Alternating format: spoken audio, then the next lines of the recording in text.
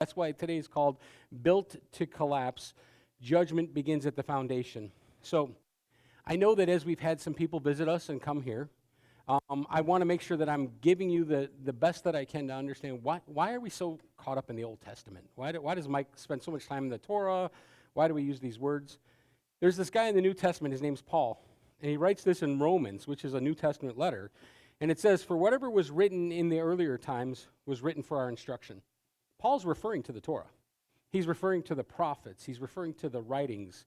So, and he says that all of this is for our instruction, so that through perseverance and the encouragement of the scriptures, we might have hope.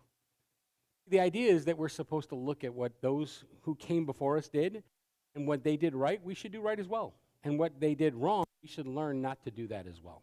And so that's why we spend so much time looking at the Torah. It's a great tool for us to understand how to live out our lives. Now, last year, when I began the year, the Lord really, as I was working on like the counting the Omer and thinking through the whole year, Exodus 6:9 was the verse that came to my mind, and it stuck with me all the way to the last end of the year. And that verse said that the people in bondage were so physically, spiritually oppressed, they couldn't hear the word of the Lord.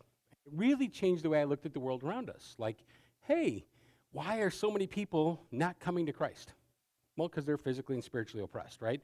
And then we learned that as the enemy sees the day of the Lord drawing near, anytime the Lord acts, he increases the oppression and he puts the bondage harder so that they can't come out.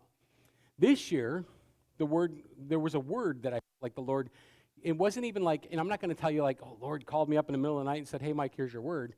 But I noticed that it started showing up in a lot of the messages that I was speaking. And that word is transformed. Okay? So my great fear coming up and teaching and studying is that we would read the scripture and not be changed by it. That to me is like one of the saddest things that I can imagine. Like to have all this, to know that Paul says, hey, all this stuff in the past is so that you can have hope. You can be transformed, right?